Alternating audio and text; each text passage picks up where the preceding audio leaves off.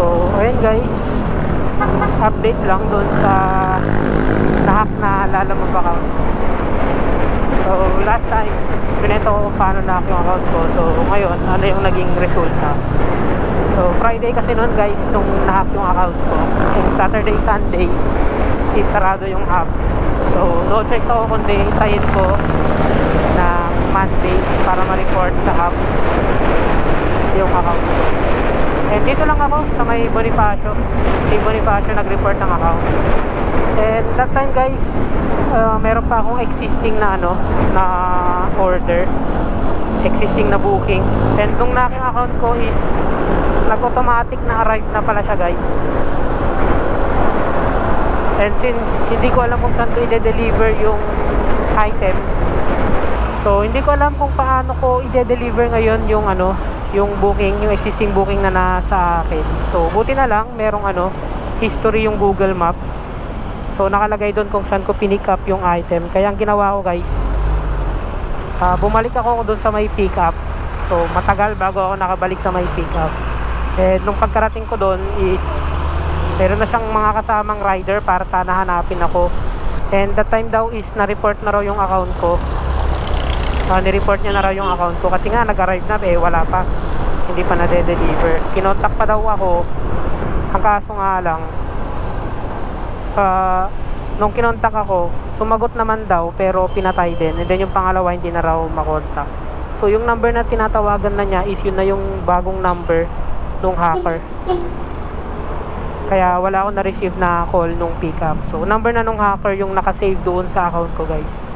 Yun din yung tinatawagan niya and hindi na daw sumasagot. So sinabi ko na nahack yung account ko, hindi ko na yung number. Kaya ayun, kinuha ko na lang yung drop off nung booking ko, tapos yung contact number na rin. So habang bumabiyahe ako, kakontak ko na yung drop off. Kaya tinuloy ko na kasi pauwi na ako that time and yung drop off is malapit lang sa bahay. And bayad na rin kasi yung booking. Kaya ayun, tinuloy ko na. And in-explain din sa akin nung pick up na paano daw yan, na-report niya na raw yung account ko. So hindi ko pa pinansin nun guys. Hinayaan ko lang kasi ang utak ko is kung paano ko mare-recover yung account ko. So gulong-gulo na yung utak ko that time. So ayun, pagbalik ko ng hub, kasi pinabalik nga ako after 7 working days after ko ma-report ng Monday.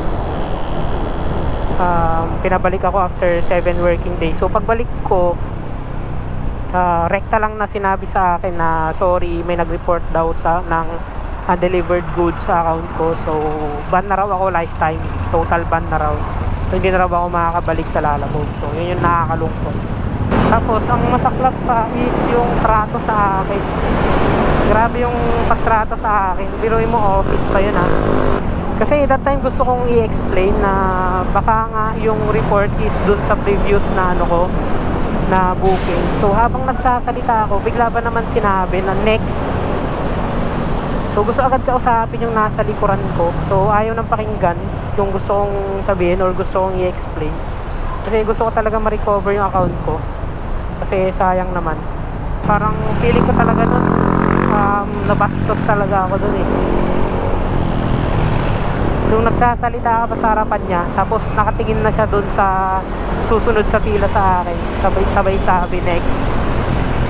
So wala silang pakialam, para ka lang tinapon na basura. So yun lang, ang sakrap lang ng experience ko dun sa office. Nahack na nga yung account ko, na-ban pa. Tapos ganun pa yung trato sa'yo, diba? So yun, hindi na ako nagkaroon ng chance na ma-recover yung account ko that time. Ganun na lang yung nangyari. Wala na. So total ban means kahit magpalit ka ng motor, magpalit ka ng number, wala, hindi ka na makakapag-apply so long as yung pangalan mo is nakaban na rin talaga. Siguro kung magpapalit ka ng pangalan pwede. Pero wala akong mangyari yun. Kaya siguro yung iba na ganun, na nababan kay Lalamove is ngayon nga bumibili ng account, umaarkila ng account para lang makabiyahe, lalo na sa mga sa mga rider na ginawang full time yung Lalamove. So kung sa mga nagtatrabaho dyan tapos balak yung gawing full time, si Lalamove is magdalawang isip na kayo guys. Grabe, hindi siya maganda, hindi siya recommended as full time. Kung nag-o-office ka na, tuloy mo na lang yan, yung office work mo, kasi konting pagkakamali mo lang, grabe, total ban agad. Kaya yung iba na naka full time kay Lalamove, na siguro yung ginawa na bumili ng account, ganyan, nag-hire.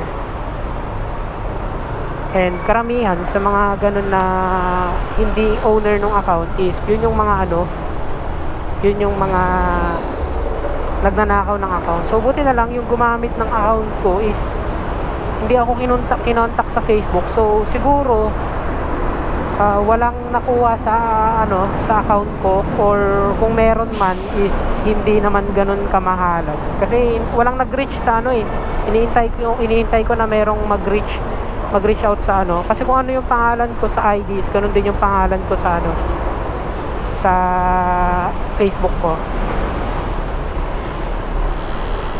And wala namang nag-message sa akin ng ganito ganyan. So buti na lang walang na-scam yung yung account ko. Kung meron man, ako po, problema na yun. And isa pa, ang ginawa nung nung hacker after ko ma-report sa hub. So syempre sinuspend na nila.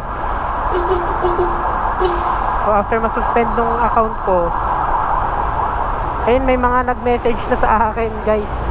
Sabi, ba't daw ako nagpapalipad ng booking? So ayun, yung ginawa nung nung hacker, since pinalitan niya yung number na naka-register sa account ko, nagpapalipad siya ng booking. So kapag isa-search nila yung number niya, syempre pagmumukha ko yung lalabas, diba? So ako yung mapagbibintangan na nagfi-fake booking. Tapos in-explain ko yun sa mga nag-message sa akin. So may nagsabi pa na kahit na-hack daw yung account ko, kung magbubuk naman daw ako, makikita daw yung pagmumukha ko sa Lalamove ng customer.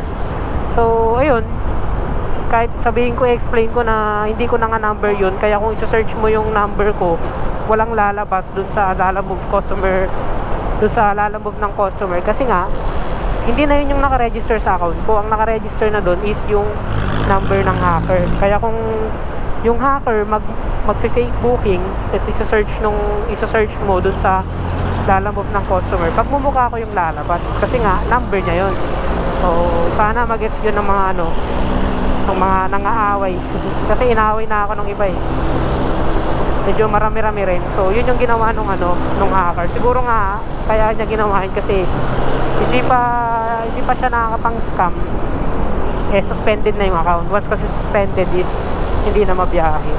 Tapos isa pa, after ma-hack ng account ko, nag-reach ako sa customer service kinaumagahan, mga Saturday, ganyan. Kasi pumunta ako sa hub ng Saturday maaga, sarado daw sila. So nag-reach agad ako sa customer service, ni-report ko na ganito po, ganyan, na-hack po yung account ko. So pwede pong i-suspend muna yung account ko. And sabi sa akin ng agent na wala raw option para i-suspend yung account ko. Ang option lang daw na nandun is i-ban. Okay, total ban agad yung mangyayari sa account ko. Wala man lang option na suspend para sana hindi makapang-scam yung account. So ayun, sana yung maayos nila Lalamove. Sana magbigay sila ng option. Once may nag-report ng Lalamove hacked account, i-suspend agad nila para hindi magamit. O di kaya naman, once na na-login sa ibang cellphone yung account, mag-facial recognition agad sila, 'di ba? Kasi na-login sa ibang account yun 'di ba? Tapos nagamit nung magagamit pa din nung hacker. Sana taasan ni Lalamove yung security niya. Sana magbigay siya ng concern, magpakita siya ng concern sa mga rider, kasi kung wala tayong mga Lalamove rider and Lalamove driver, hindi naman kikita si Lalamove And ganoon din naman tayo, mga rider and driver, hindi rin naman tayo kikita kung wala rin si Lalamove. So ang lumalabas niyan, para tayong partner na nagbibigay serbisyo sa mga customer. So ganoon sana yung kaya so kung ganoon, dapat alagaan din tayo ni Lalamove, 'di ba? Pero wala Pero mo after maban yung account ko, office pa naman yun ha. Sana maayos-ayos yung pakikitungo nila sa ating mga rider. Pero wala eh, parang yun lang yung experience ko ha sa Lalamove Hub. Hindi ko alam kung kamusta yung experience nyo sa mga hub ng Lalamove. Parang nakakabastos, di ba? Pero yung mo kinakausap mo pa, office pa naman yun. Dapat hindi ganun yung trato sa office. Office pa yun, tapos ganun yung trato sa mga riders.